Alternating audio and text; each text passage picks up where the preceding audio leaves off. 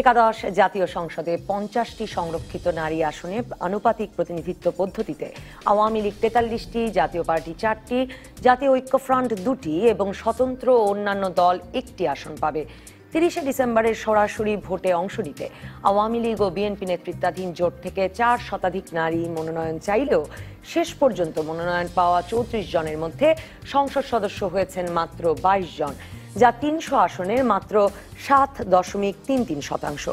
1972 সালের সংবিধানে 10 বছরের জন্য 15টি আসন সংরক্ষণের বিধান থাকলেও এরপর আসন সংখ্যা ও মেয়াদ 2 দফা বাড়ার পর 2008 সালে নির্বাচনী ইশতেহারে আওয়ামী লীগ সংসদে সংরক্ষিত আসন 99টিতে উন্নীত করার অঙ্গীকার করলেও 2011 সালে এর সংখ্যা বাড়িয়ে করে 50।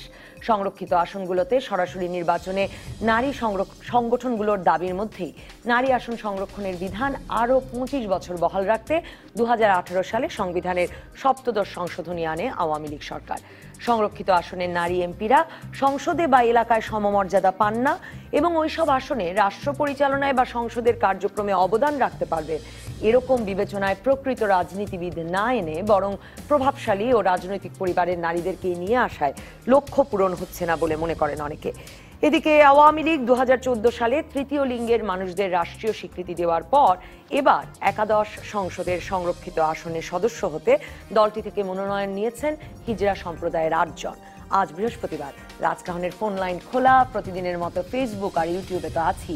জাতীয় সংসদের সংরক্ষিত আসনে নারীর প্রতিনিধিত্ব ও এর গুরুত্ব নিয়ে আপনাদের প্রশ্ন ও মতামতের উত্তর দিতে রাজকাহন স্টুডিওতে আছেন সাবেক রাষ্ট্রদূত নাসিম ফেরদৌস, বাংলাদেশ সুপ্রিম কোর্টের আইনজীবী ব্যারিস্টার তানজিবুল আলম এবং বাংলাদেশ নারী প্রগতি সংঘের নির্বাহী পরিচালক রোকেয়া কবির। স্বাগত আপনাদের তিনজনকে। রোকেয়া কবির, আপনাকে দিয়ে শুরু করি। বিষয় নির্ধারণ করেছি যে প্রতিনিধিত্ব হচ্ছে কিনা, মানে নারী আসনে প্রতিনিধিত্ব হচ্ছে। আমরা যদি পার্লামেন্টে, ধন্যবাদ সর্বপ্রথমে, আমরা যদি পার্লামেন্টের টোটাল যে সদস্য সংখ্যা দেখি এবং বাংলাদেশের যে পপুলেশনের যে সংখ্যাটা দেখি এবং সেখানে 50% নারী, সেই 50% নারীর জন্য ভোটারেও, হ্যাঁ ভোটারেও, সে তো 50% নারী ভোটার হিসেবেও, এবং সেইখানে কিন্তু নারীদের যে রিজার্ভ সিট 50 এবং নমিনেশন দেওয়া হয়েছিল, টোটাল যে প্রার্থী ছিলেন তার মাত্র 3.5%-এর মতো নমিনেশন দেওয়া হয়েছিল। সুতরাং কিন্তু টার্ন আউট যত দেওয়া হয়েছিল তার টার্ন আউট কিন্তু কম্পারেটিভলি অনেক ভালো, যে নির্বাচিত হয়ে আসছে। এখন মানে 7.33% প্রতিনিধিত্ব হয়েছে 22 জনের মাধ্যমে।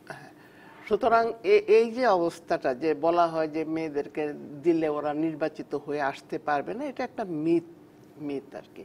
সেই হিসেবে বলতে গেলে যে রিপ্রেজেন্টেশন, জনগণের রিপ্রেজেন্টেশন হিসাবে নারীদের সংখ্যাটা তো কম, এটা অবশ্যই বলা যেতে পারে। আর আরেকটা হলো যে 50% রিজার্ভ সিট, সেই রিজার্ভ সিটেরও তো অনেক উইকনেস আছে, অনেক ধরনের, যেগুলো আর কি প্রকৃতপক্ষে নারীকে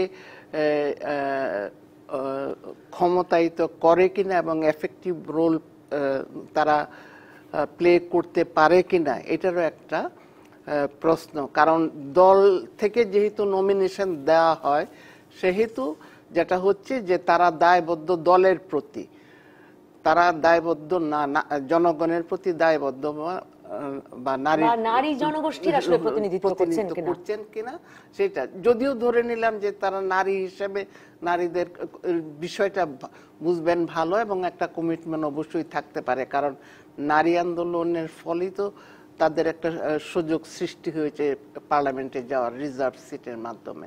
সেই হিসাবে আমি ধরে নিলাম যে তারা, কিন্তু যেহেতু তাদেরকে নমিনেট করছেন পার্টির থেকে, সেইখানে তাদের একটা দায়বদ্ধতাটা বেশি পার্টির প্রতি থাকে না।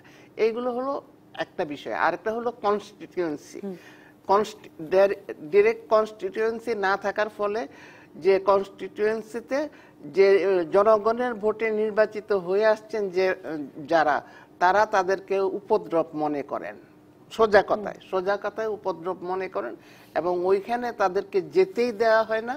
অন্যান্য কাজ করার সুযোগ সুবিধা তো খুব কম।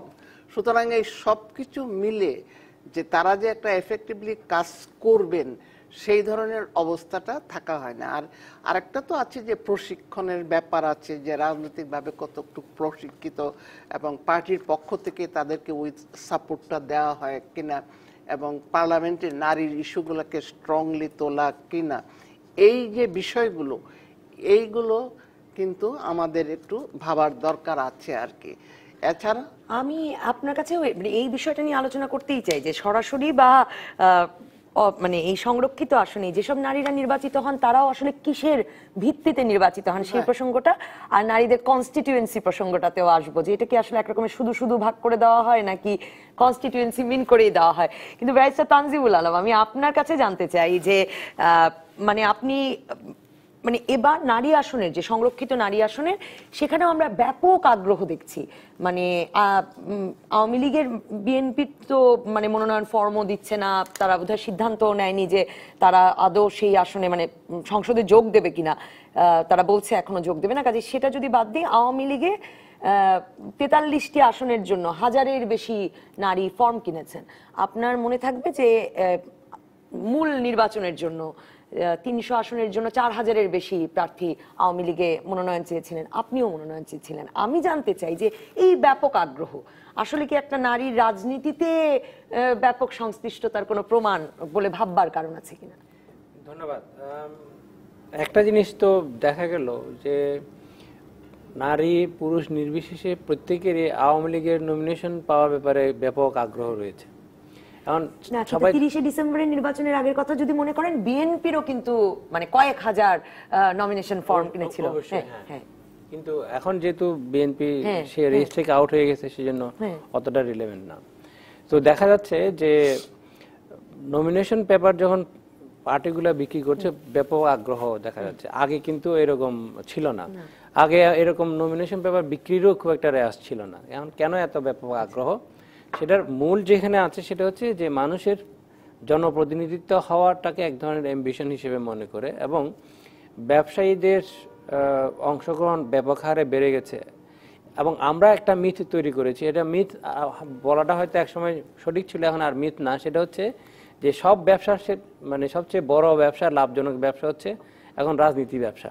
তো সেই জন্য ব্যবসায়ীরা অনেক বিপুল পরিমাণে ঝুঁকে গেছে, এবং রাজনীতিবিদ, প্রকৃতপক্ষে যারা রাজনীতিবিদ তাদের এক ধরনের কোণঠাসা অবস্থা। আপনারা যদি স্ট্যাটিস্টিক্সের কথা চিন্তা করেন তাহলে একটা সময় ছিল, আপনি যদি এবং 70-এর নির্বাচনে যে বাংলাদেশ আওয়ামী লীগের যারা জনপ্রতিনিধি হিসেবে নির্বাচিত হয়েছিলেন, কিংবা আপনার 73-এর নির্বাচনের পরে যারা জনপ্রতিনিধি হিসেবে এমপি হয়েছিলেন, তাদের কত পার্সেন্ট আপনার অ্যাডভোকেট ছিলেন কিংবা আইন পেশাজীবী ছিলেন, আর কত পার্সেন্ট ব্যবসায়ী ছিলেন? আইন তো এক ব্যবসায়ী বটে, আইন ব্যবসা বটে, কিন্তু এটা প্রফেশন বলি আমরা আসলে। হ্যাঁ, তো যেটা দাঁড়াচ্ছে সেটা হচ্ছে যে এখন ব্যবসায়ীদের বাড়ন্ত হয়েছে, এবং ব্যবসায়ীদের বাড়ন্ত হওয়া মানে হচ্ছে যে আসলে মানে এই তাদের এটাকেও একটা মানি মেকিং একটা ভোকেশনের কিংবা একটা অপরচুনিটি হিসেবে বিবেচনা করা হচ্ছে।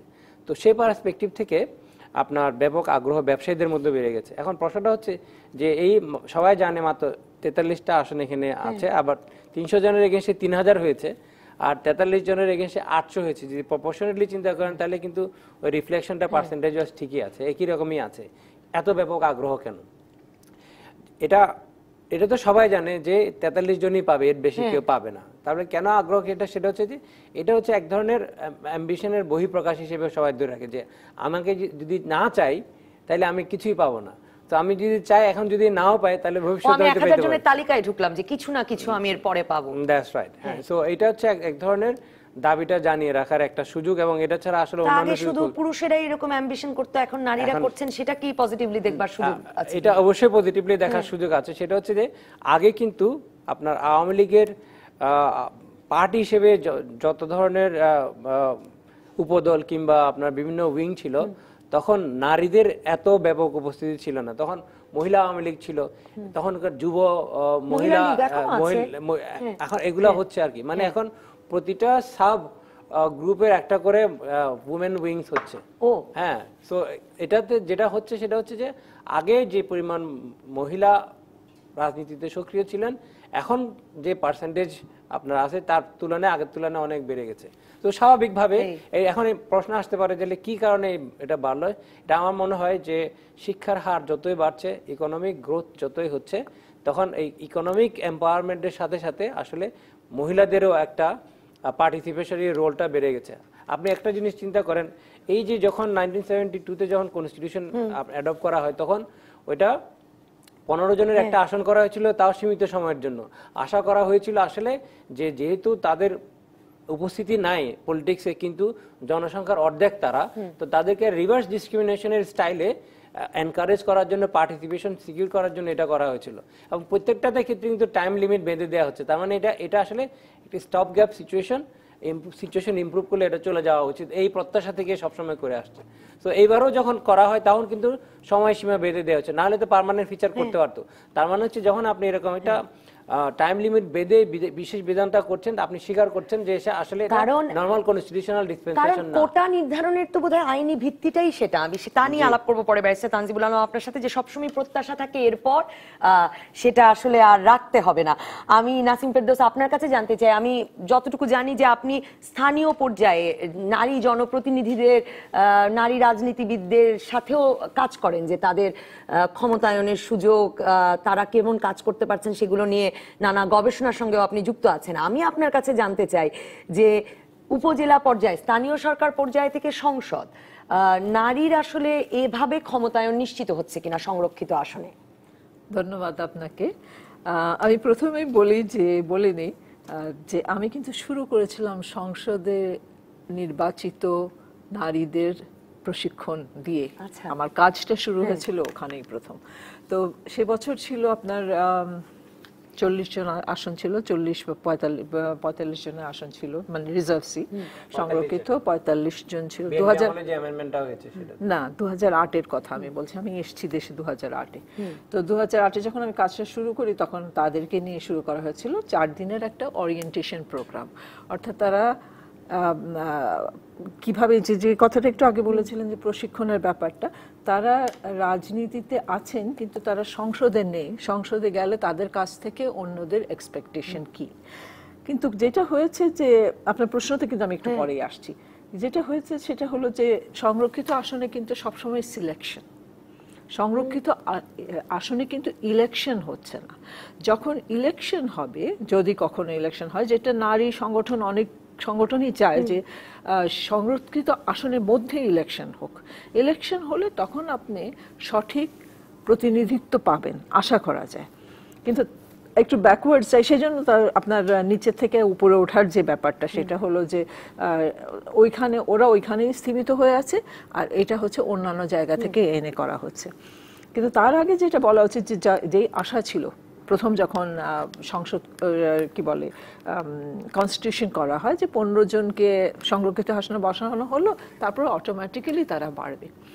এই 15 জন কিন্তু নারী প্রতিনিধিত্ব নেই বলে না, নারীর স্বাধীনতা সংগ্রামে অংশদারিত্বের স্বীকার হিসাবে করা, স্বীকৃতি হিসাবে করা হয়েছিল এটা। এবং সেই সময়কার ইয়েতে ছিল যে যেহেতু তারা একটা মানে ঢুকতে পেরেছেন, এখন আপনি আসল করে ঢুকবেন, সেটা হয়নি। কারণ হচ্ছে আপনার গণতন্ত্র কিন্তু স্মুথলি চলে নাই, গণতন্ত্র বারবার বিঘ্নিত হয়েছে, যার কারণে নারী কিন্তু ওই এতটা বছর এগিয়ে যাওয়ার বদলে পিছিয়ে গেছে। কারণ রাজনীতি অর্থ পেশি শক্তি মুক্ত হয় নাই। হ্যাঁ, সেটাও হয়নি। এখন আপনার রাজনীতিতে আসতে হলে আমরা এখন যেটা চিন্তা করি, যেটা আপনি এখন শুরুতেই বলেছেন এবং আমি যেটুকু আলাপ আলোচনা হলো তা থেকে দেখছি, যে আমরা কেন নারীকে শুধু নারীর প্রতিনিধিত্ব করতে হবে এই ভাবনা থেকে কেন চিন্তা ভাবনা করছি।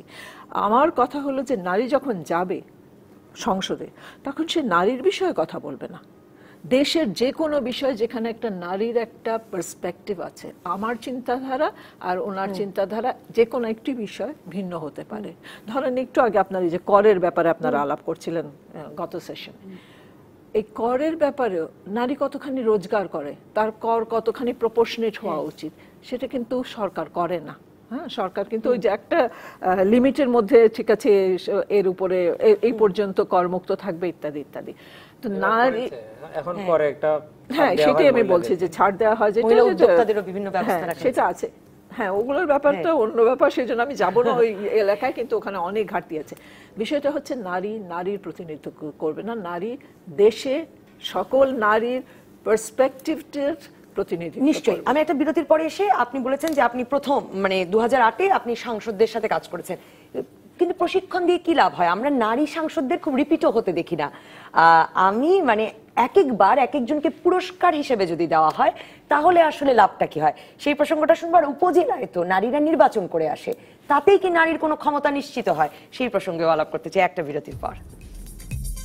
ফিরে এলাম রাজকাহনে। নাসিম ফেরদৌস, আপনার সঙ্গে কথা শুরু করেছিলাম, আপনি বলছিলেন যে সরাসরি নির্বাচন হলে হয়তো যোগ্য লোক বেরিয়ে আসতো। উপজেলা নির্বাচনে আমরা জানি সংরক্ষিত নারী আসনগুলোতেও সরাসরি নির্বাচন হয়, তাতে আসলে কোনো লাভ হয় কিনা সেই প্রতিনিধিদের ক্ষমতায়নে আপনি কি দেখেছেন সেটা একটু জানতে চাই। আর আপনি বলছিলেন প্রশিক্ষণ দিয়েছেন জাতীয় সংসদে 2008-এ, আপনার অভিজ্ঞতা 2008-এর যে নির্বাচিত হলো যে সংসদ, তারপর তাদের আপনি প্রশিক্ষণ দিয়েছেন যে কি এক্সপেক্ট করেন একজন মহিলা সাংসদের কাছ থেকে সেটি।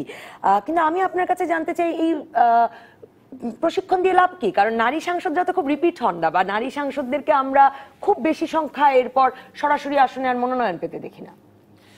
আমি একটু কারেকশন এখানে করি, আমি বলেছি ওরিয়েন্টেশন করিয়েছি। কিসের ওরিয়েন্টেশন? যে সংসদে গেলে ওনারা কি দেখবেন এবং ওনাদের কাছ থেকে আমাদের এক্সপেকটেশন কি, মানে জনগণের এক্সপেকটেশন কি বা পলিটিক্যাল পার্টির এক্সপেকটেশন কি, সেই ওরিয়েন্টেশনটা হয়েছে। প্রশিক্ষণ বলাটা ভুল হবে। হ্যাঁ আচ্ছা, তার যেইটুকু ওনাদেরকে এগিয়ে যাওয়ার জন্য সহযোগিতা করা হয়েছে তাতে আসলে তারা কিন্তু এগিয়ে গেছেন। সংরক্ষিত আসনই বলেন আর যেভাবেই নারী এসেছেন, যারা সরাসরি এসেছেন তারাই বলেন, আমরা সবাই কিন্তু যে কোনো সময় প্রশিক্ষণ নিতে পারি যে কোনো জিনিসে, এবং এটা আমাদের সেলফ ইমপ্রুভমেন্ট কিন্তু সবসময় হয়। আপনি নিজের কথা ভেবে দেখবেন, একটা নতুন কিছু দেখলেন, আপনি নিজে সেটা চেষ্টা করলেন, আপনার কিন্তু সেলফ ইমপ্রুভমেন্ট হয়।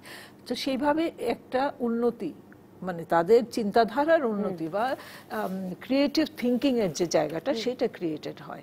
এবং তারা যদিও বা ফিরে না আসেন, সংরক্ষিত আসনে ফিরে আসেন না, সেজন্যই আমি বলি যে সরাসরি নির্বাচন হলে যে যোগ্য সে বারবার ফিরে আসতে পারবে, যে একেবারেই অযোগ্য তার আসার কোনো দরকারও নেই, তার মানে কোনো বাধ্যবাধকতা থাকবে না তাকে নমিনেট করার জন্য। কিন্তু যে কথাটা হচ্ছে যে তারা কোনো কাজ করতে পারছেন কিনা, তাদের সেখানে যদি যোগ্যতা থাকে তারা নিজের জায়গা কিন্তু অনেকেই তৈরি করে নিতে পারছেন। আমার গত 10 বছরে যাদেরকে আমি একসাথে আমার সাথে আছেন যারা, তাদেরকে আমি দেখছি উত্তর কিন্তু তাদের উন্নয়ন হচ্ছে, এবং তারা প্রথমবারে যদি এত সংখ্যা ভোটে জিতেছেন, পরবর্তীবার যখন জিতেছেন তখন তার সংখ্যাটা, ভোটের সংখ্যাটা কিন্তু বৃদ্ধি পেয়েছে। এরকম বহু আছে, আমি নাম বলবো না, কিন্তু বলা উচিত না নাম, কিন্তু বহু আছেন, এবং দুই দলেরই, বিএনপির এবং আওয়ামী লীগের। তার মানে তারা মাঠে থাকতে পারছেন, মানে মাঠে প্রতিযোগিতায় টিকে থাকতে পারছেন। এদেরকে যদি সুযোগ দেওয়া হয়, নমিনেশনটা দেওয়া হয় যে, এবং সরাসরি ইলেকশন করে সংরক্ষিত আসনে আসার সুযোগ দেওয়া হয়, তাহলে তারা কিন্তু অবদান রাখবেন বলে আমি বিশ্বাস করি। এখানে আরেকটা জিনিস আছে যে বলা হয় যে আপনার লোকাল গভর্নমেন্টে তাদেরকে কোনো কিছু করতে দেওয়া হয় না, সেই যুগ চলে গেছে যখন তাদেরকে বলা হতো যে আপনার আসার দরকার নেই, আপনি সই করে দেবেন। নারীরা এখন আর সেটা মানে না, তারা যায়, তারা মানে মাঠে নেমেছে এবং তারা কিন্তু কাজ করছে, কারণ তাদের ভোটের শক্তি আছে, মানে সরাসরি আসলে নির্বাচিতদের ক্ষেত্রে তারা যদি না মাঠে নামে এবং তারা যদি কাজ না করে, তাহলে মানুষ তাদের কাছে যেটা প্রত্যাশা করেছে সেটা পাবে না। এটা আজকে নারী সবাই জানে, প্রত্যেকটা নারী সমাজই জানে। যেটা প্রয়োজন সেটা হলো সেই 33% আসতে হবে, এবং সেইটার জন্য কিছু কিছু পদক্ষেপ নিতে হবে, কয়েকটা সিস্টেম আছে, সেই সিস্টেমে আসতে হবে। সেইটার ব্যাপারে সরকারকে এখন সোচ্চার হতে হবে। 33% বিষয়ে কথা বলতেই চাই। ব্যারিস্টার তানজিমুল আলম, 33% যাওয়ার আগে যখনই কোনো কোটা নির্ধারণ হয়, যেমন 72 সালে যখন 15টি সিট নির্ধারিত হলো, কোটা নির্ধারণ যখন করে রাষ্ট্র, তখন তো কোটা নির্ধারণের সঙ্গে এই প্রতিশ্রুতিটাও রাষ্ট্র আইনিভাবেই করে যে আসলে এদের প্রতিনিধিত্ব গ্র্যাজুয়ালি তারা মূল মানে কোটা ছাড়াই আসলে তারা মূলধারায় যুক্ত হতে পারবে, মানে সেটা বিসিএস এর কোটা থেকে শুরু করে সংসদের কোটা, তাই তো বোধহয় কোটার কাজ। জি, আপনি যদি মানে কোটা সিস্টেমটাকে বলা হয় আপনার antithesis to equality before law. আমাদের আর্টিকেল 27-এ যেটা বলা আছে আইনের চোখে সবাইকে সমানভাবে দেখা হবে, তার মানে ওখানে নারী পুরুষ কিংবা হিন্দু মুসলিম রিলিজিয়ন বলেন, জেন্ডার বলেন, এথনিসিটি বলেন, রেস বলেন, কোনোটার কারণে কোনো গ্রাউন্ড দেখিয়ে কাউকে ডিসক্রিমিনেট করা যাবে না। কিন্তু আবার ওইখানে এই বিধানটা করা হয়েছে, কিন্তু শ্রেণী তৈরি করে রিজনেবল ক্লাসিফিকেশনের মাধ্যমে যদি কোনো সেক্টরকে যদি আপনার অন্য সেক্টরের সাথে যদি সমান্তরালে আনতে হয়, পিছিয়ে পড়া জনগোষ্ঠীকে বলেন কিংবা পিছিয়ে পড়া জেন্ডারকেও কিংবা এথনিসিটিকেও যদি আনতে হয়, তাহলে তাদের জন্য স্পেশাল ব্যবস্থা করা যাবে। তো এটাই হচ্ছে আপনার ওই ইকুয়ালিটিটাকে সিকিউর করার জন্য আপনার লেভেল প্লেইং ফিল্ডের কথা এতদিন ধরে বলতেছিলাম না আমরা। তো এই আপনি ওইটার থেকে সিকিউর করার জন্য আসলে কোটা সিস্টেমটা চালু হয়েছে, এবং কোটা সিস্টেমটা যখনই চালু করা হবে, ক্লাসিফিকেশন যখনই করা হয়, তখন আপনি স্বীকার করছেন যে সে অন্যদের থেকে পিছিয়ে আসে দেখে তার জন্য আমি এই ব্যবস্থাটা করছি। কিন্তু অভিজ্ঞতার ক্ষেত্রে দেখা গেছে যে এই কাজটা পৃথিবীর বিভিন্ন দেশে করা হয়েছে এবং এটা আপনার ইতিবাচক ফল দিয়েছে দেখেই সিস্টেমটা এস্টাবলিশ হয়ে গেছে। তো বাংলাদেশের ক্ষেত্রেও যেটা নাসিমা আবার বলছিলেন যে ওনাদের অনেক ইমপ্রুভমেন্ট হয়েছে, এবং আমার ধারণা যে যদি এই সিস্টেমটা আরও চালানো যায় তাহলে আরও অনেক ইমপ্রুভমেন্ট হবে। প্রশ্নটা হচ্ছে যে এই ইমপ্রুভমেন্টের সাথে অন্যান্য জনগোষ্ঠীর যে ইমপ্রুভমেন্টটা হচ্ছে, মানে আপনার দুটো ইমপ্রুভমেন্ট হচ্ছে কিন্তু গ্যাপটা অতটা কমছে না যতটা মানে কমলে পরে আপনি আমি যদি ওই 33% প্রসঙ্গে আসি, মানে রাষ্ট্রকে কি সেই জন্য দায়বদ্ধ করা যায় যে অর্ধেকের, এখন বোধহয় অর্ধেকের একটু বেশি নারী, ভোটার তালিকায় বোধহয় অর্ধেকের একটু কম নারী, কিন্তু আপনি 33% নিশ্চিত করতে পারছেন না, সেটা কি রাষ্ট্রের একটা, রাষ্ট্রকে কোনো জবাবদিহিতার আওতায় আনা যায় কিনা? রাষ্ট্রকে 33% নিশ্চিত করার বিষয়টা রাষ্ট্রের দায়িত্ব না। আচ্ছা, হ্যাঁ, আপনি জিনিসটা দেখেন, নমিনেশন দেওয়ার প্রক্রিয়াটা কিন্তু বিভিন্ন পলিটিক্যাল পার্টিগুলো করে। পলিটিক্যাল পার্টি কিসের ভিত্তিতে নমিনেশনটা দেয়? একমাত্র ক্রাইটেরিয়া হচ্ছে যে জিতে আসতে হবে, এক্স্যাক্টলি, মানে উইনিং ক্যাপাসিটি। হ্যাঁ, এখন দেখুন আপনার ডেমোক্রেটরা হিলারি ক্লিন্টনকে দিল, এখন তার উইনিং ক্যাপাসিটি ছিল না দেখে আপনার ডোনাল্ড ট্রাম্পের মতো একজন লোক নির্বাচিত হয়েছে। ডেমোক্রেটরা কি আপনার মনে হয় এরকম একই ভুল করবে? মনে হয় না। তো একইভাবে আপনি যদি পলিটিক্যাল পার্টি যদি চিন্তা করেন, তাহলে সে ওখানে জেন্ডার দেখে না, সে দেখে তার উইনিং ক্যাপাসিটি আছে কিনা। কারণ নাসিমা যে কথাটা বললেন যে আমাদের ওই সরাসরি নির্বাচনের প্রক্রিয়া দুটো ভাগ হতে পারে। একটা হচ্ছে যে পার্টিগুলো যখন নমিনেশনটা দিচ্ছে তখন তারা বাধ্য হয়ে এরকম ডিসাইড করবে যে আমরা আমাদের টোটাল সিটের একটা সার্টেন পার্সেন্টেজ মহিলাদেরকে নমিনেশন দিব। আরেকটা যেটা হচ্ছে সেটা হচ্ছে যে স্থানীয় সরকার বলেন, প্রতিটা ক্ষেত্রে ইউনিয়ন পরিষদ, উপজেলা পরিষদ, জেলা পরিষদ, প্রত্যেকটা ক্ষেত্রে কিন্তু এখন সংরক্ষিত মহিলা আসন আছে এবং সরাসরি নির্বাচনের মাধ্যমে হয়। কিন্তু একমাত্র পার্লামেন্টের ক্ষেত্রে সরাসরি নির্বাচনের মাধ্যমে না হয়ে ইনডাইরেক্টলি পার্লামেন্টই নির্বাচিত করে। এখন তো যেটা হয়েছে সিঙ্গেল ট্রান্সফারেবল ভোটের মাধ্যমে এখন 50টা আসন হওয়ার ফলে আমরা দেখতে পাচ্ছি। কিন্তু এর আগে আমরা যেটা দেখতাম সেটা হচ্ছে পার্লামেন্টের 151 সদস্য যাকেই সাপোর্ট করুক তারাই জিততো। তাহলে পার্টি ইন পাওয়ারই আসলে 300টা আসন একদম গিফটের মতো পেত, এবং আমরা 30টা আসন গিফটের মতোই পেত। এখন সেটা রিপ্রেজেন্টেশন মানে অনুযায়ী এখন যদি ইন্ট্রোডিউস করতে একদিনে সবকিছু হবে না। তো আমার কাছে এটা মনে হয়, কিন্তু যে কথাটা ব্যারিস্টার তানজিবুল আলম বলেছেন, রোকেয়া কবির, সেটা তো একটা দীর্ঘ সময় নারী আন্দোলনের ফসল হিসেবে 33% দিতে রাজনৈতিক দলগুলোকে বাধ্য করার বিষয়টিও গণপ্রতিনিধিত্ব অধ্যাদেশে সংযোজন করা হয়েছে। আওয়ামী লীগ সহ, আওয়ামী লীগ যেমন এখনো বারবার বলে, আওয়ামী লীগ সহ রাজনৈতিক দলগুলোর কাছে নমিনেশনের ক্ষেত্রে যেমন বলা হয়েছে অন্তত 33% নিশ্চিত করবার কথা, সকল কমিটিতে দলের একদম তৃণমূলের নিম্নতম কমিটি থেকে সর্বোচ্চ কমিটি পর্যন্ত সকল কমিটিতে 33% নিশ্চিত করতে হবে, সেটা 2021 সালের মধ্যে কিন্তু গণপ্রতিনিধিত্ব অধ্যাদেশে লেখাও আছে। তাতে কোনো লাভ হচ্ছে কিনা? এই বিষয়টা নিয়ে আলাপ করার আগে যে কথাটা উনি বললেন যে ওই সব দলের দায়িত্ব হলো সব কমিটিতে 33% রাখতে হবে, এবং এটা এমনিতে আসে নাই নারী আন্দোলন। কারণ আমরা ধরেন 92 থেকে জিটিজেড এর সহায়তায় যে বিভিন্ন রাজনৈতিক দলের, প্রত্যেকটা 3টা রাজনৈতিক দলের, আওয়ামী লীগ, বিএনপি এবং জাতীয় পার্টি, তাদের যে নারী সদস্যরা আছেন তাদেরকে নিয়ে আমরা এই ওরিয়েন্টেশনের ব্যবস্থা, এবং সেইখানে একটা দাবি ছিল যে দলে তাদের কোনো কমিটিতে রাখা হয় না ইত্যাদি ইত্যাদি। এবং এটা হলো তার, আমরা বললাম যে কিভাবে আপনারা দলের মধ্যে অন্তর্ভুক্ত হতে পারেন, সেই বিভিন্ন কৌশল এবং বিভিন্ন, কিন্তু তাদের ওই 3 পার্টির নারীরাই কিন্তু ঐক্যবদ্ধ যে তাদের এই ব্যাপারে তারা ঐক্যবদ্ধ, হ্যাঁ ঐকমত্য, হ্যাঁ সেটা এই টেবিলেও তিন পার্টির হ্যাঁ ঐকমত্য যে তাদেরকে দলের মধ্যে বিভিন্ন কমিটিতে নেওয়া হয় না, তাদের ভাষায় তাদেরকে মূল্যায়ন করা হয় না। যখন আমরা বললাম না আমরা যদি বলি তাহলে আমাদের পার্টিতে কোণঠাসা করে ফেলবে হয়তো পার্টির থেকে, আপনারা নারী আন্দোলনের পক্ষ থেকে বলেন, এইটা ছিল। যাই হোক, ওই 97 সালে যে নির্বাচনটা হয়েছে লোকাল গভর্নমেন্টে, তার আগে যখন এই সরাসরি নির্বাচনের দাবি আমরা করলাম, এমপি রহমতুল্লাহ ভাই যখন এটা নিয়ে কাজ করলেন, তখন উনি একটা কথা বলেছেন, রোকেয়া এখন তো বলতেছেন আপনারা যে সরাসরি নির্বাচনের কথা, কিন্তু পরে তারা মানে ক্যান্ডিডেট মানে সরাসরি নির্বাচনে অংশগ্রহণ করবে কিনা। তা আমি বলছিলাম দেখেন আমি তো কাজ করি গ্রামে গঞ্জে, মহিলারা এখন কাজ করে করে বিভিন্নভাবে কাজ করে করে তারা বসে, এবং এটা আপনার চিন্তা করতে হবে না, হ্যাঁ চিন্তা করতে হবে না, ক্যান্ডিডেট পাওয়া যাবে, এবং এটা নিয়ে আমরা কাজ করব যাতে নারীরা ক্যান্ডিডেট হতে পারে, যা প্রশিক্ষণ বলেন, ওরিয়েন্টেশন বলেন, এইগুলো আমরা করব। এবং এটা কিন্তু পরে 97-এ হয়েছে, যেটা হয়েছে যে নারী এই যে যারা ক্যান্ডিডেট এবং নারী যারা নির্বাচিত হচ্ছেন লোকাল গভর্নমেন্টে, তাদের সঙ্গে যুক্ত হচ্ছে হলো দরিদ্র জনগোষ্ঠী। কেন? তারা পুরুষ যারা নির্বাচিত হয় তাদের কাছে দরিদ্র জনগোষ্ঠী কিন্তু ভিড়তে পারে না, কিন্তু নারীদের কাছে ভিড়তে পারে, এবং সেই জন্য তাদের কিন্তু একটা সাপোর্ট বেস কিন্তু তৈরি হয়েছে। ঠিক তেমনি আমরা যেটা বলছিলাম যে আমরা যদি পার্লামেন্টেও আসি, পার্লামেন্টে এবং আমাদের নারী সমাজের যে দাবি যে সরাসরি নির্বাচনে এবং ব্যবস্থা করা, তার না হলে হয় কি কনস্টিটিউয়েন্সি যে জনগণের ভোটে নির্বাচিত হয়ে আসছে, তারপরে একজন যারা রিজার্ভ সিটে আছেন তারা গিয়ে কোনো কাজ করতে চাইলে ওই চ্যালেঞ্জ ফিল করেন যারা নির্বাচিত হয়ে আসছেন। সেই জন্য কিন্তু আমাদের দাবি যে এডিশনাল আরো 100টা সিট তৈরি করা হোক, কারণ আমরা যখন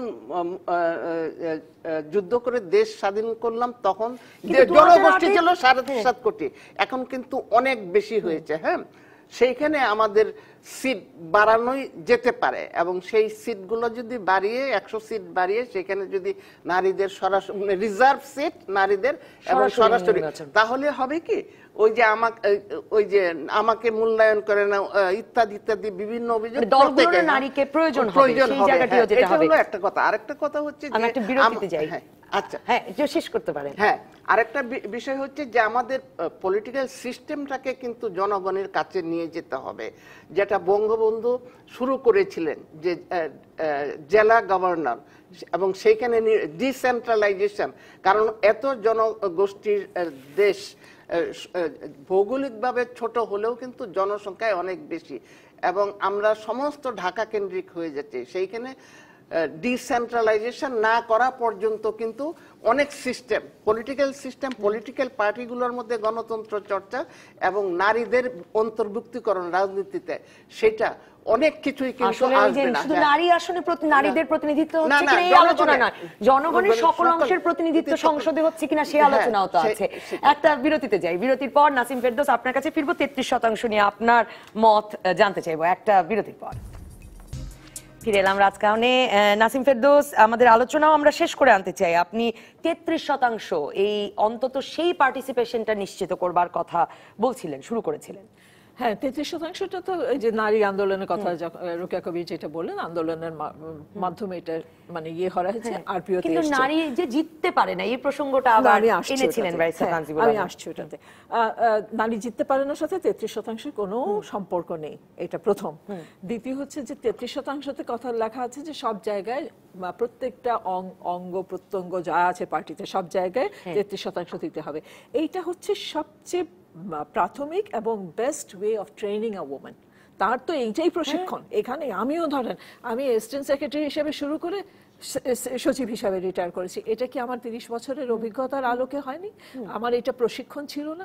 তাহলে এই প্রশিক্ষণটা তো নারী যে জায়গায় যাবে তাকে সেখানে করতে হবে, এটা হলো প্রথম বিষয়। আর দ্বিতীয় বিষয় 33% আনতে হলে যেটা অন্যান্য দেশের অভিজ্ঞতার যেটা উনিও বলছিলেন যে হিলারি জিততে পারে নাই দেখে জিততে পারে নাই, মানে অনেকেই তো বলেছেন যে আমেরিকার এখনো প্রস্তুত নয় নারী প্রেসিডেন্টের জন্য। এটা ভুল। কেন হিলারি জিততেন, কি ঘটনা ঘটেছে এখন আমরা দেখতে পাচ্ছি। হিলারি জিততেন, তার প্রস্তুতি ছিল, এবং তার যদি প্রস্তুতি, আমেরিকার নমিনেশন পাওয়া, নমিনেশন প্রসেসটা এত কঠিন যে বলার না। সেইখানে হিলারি ক্লিন্টন কিন্তু নমিনেশনটা পেয়েছেন কার এগেনস্টে?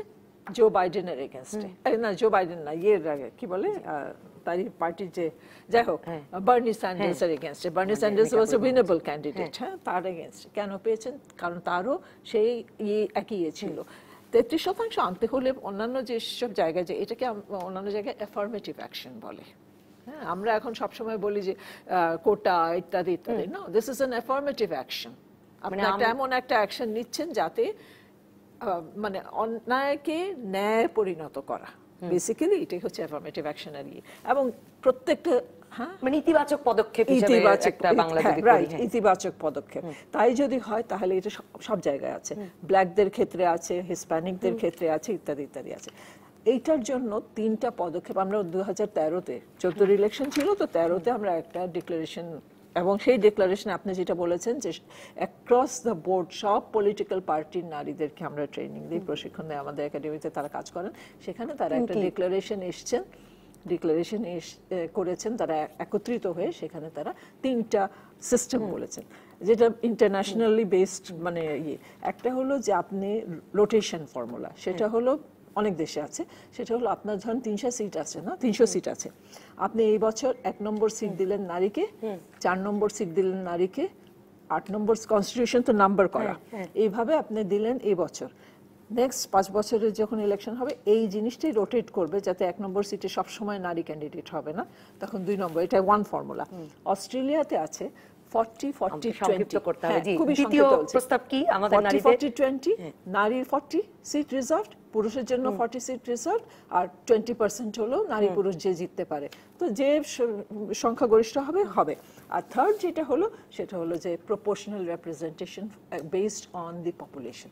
এগুলো যদি আরো অনেকগুলো পদক্ষেপ আছে, এই 3টা মেজর গুলো আমি বললাম, টিকিট ব্যালেন্সিং আছে। তার মানে আমরা অন্য দেশের উদাহরণ থেকেও আসলে 33% নিশ্চিত করার নানা উপায় খুঁজে পেতে পারি। রাইসা তানজিবুল আলম, এবার আরেকটা ইন্টারেস্টিং ঘটনা ঘটেছে যে আওয়ামী লীগ সরকার আসবার পর 2008 সালে সরকার আসবার পরে সম্ভবত 2011 সালের দিকে তারা তৃতীয় লিঙ্গের মানুষ হিসেবে স্বীকৃতি দেন হিজড়া সম্প্রদায়ের মানুষকে।